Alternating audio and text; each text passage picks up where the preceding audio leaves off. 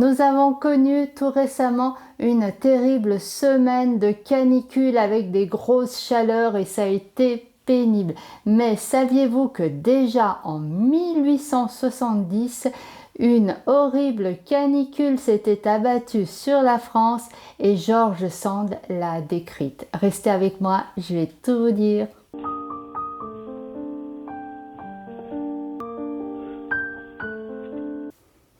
Bonjour et bienvenue sur ma chaîne. Aujourd'hui, je vais vous parler d'un texte sur lequel je suis tombée par hasard en pleine canicule.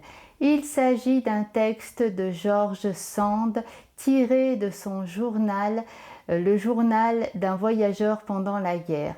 Durant l'année 1870, George Sand a consigné par écrit tous les événements qui se sont déroulés sous ses yeux et dont elle a été témoin cette année-là de grands bouleversements. L'année 1870 a été marquée par la guerre avec la Prusse, la chute du Second Empire et l'instauration de la Troisième République.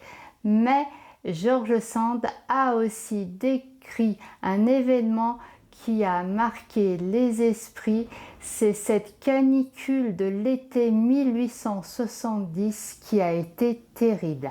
J'ai là le texte qui est tiré du site très sérieux qui est utilisé par des professeurs et des étudiants, le site Cliotext. Donc je vais vous lire ce texte, c'est parti.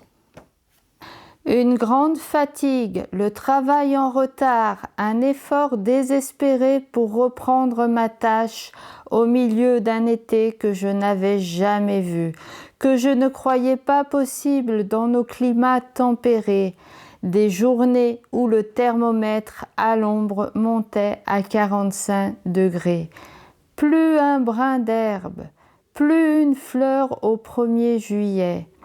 Les arbres jaunis perdant leurs feuilles, la terre fondue s'ouvrant comme pour nous ensevelir, l'effroi de manquer d'eau d'un jour à l'autre, l'effroi des maladies et de la misère pour tout ce pauvre monde découragé de demander à la terre ce qu'elle refusait obstinément à son travail.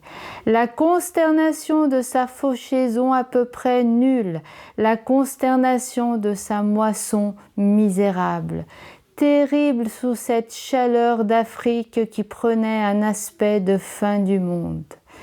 Et puis les fléaux que la science croyait avoir conjurés et devant lesquels elle se déclare impuissante.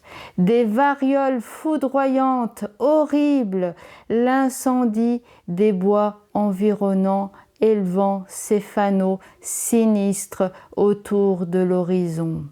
Des loups effarés venant se réfugier le soir dans nos maisons. Et puis des orages furieux brisant tout et la grêle meurtrière achevant l'œuvre de la sécheresse. Voilà, les voies du climat sont impénétrables.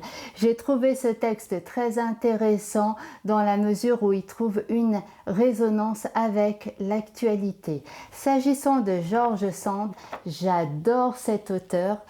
Et dans les semaines à venir, je vais être amenée à faire des vidéos sur certaines de ses œuvres. On connaît George Sand surtout d'après ses œuvres champêtres comme La Mare au diable ou La Petite Fadette, mais George Sand a écrit des romans qui sont aussi intéressants, si ce n'est plus, et qui sont malheureusement pas très connus ou encore trop méconnus. Donc si vous aussi vous aimez George Sand et la littérature de manière générale, n'hésitez pas à vous abonner pour recevoir les notifications de mes prochaines publications. Et sur ce, je vous dis à très bientôt.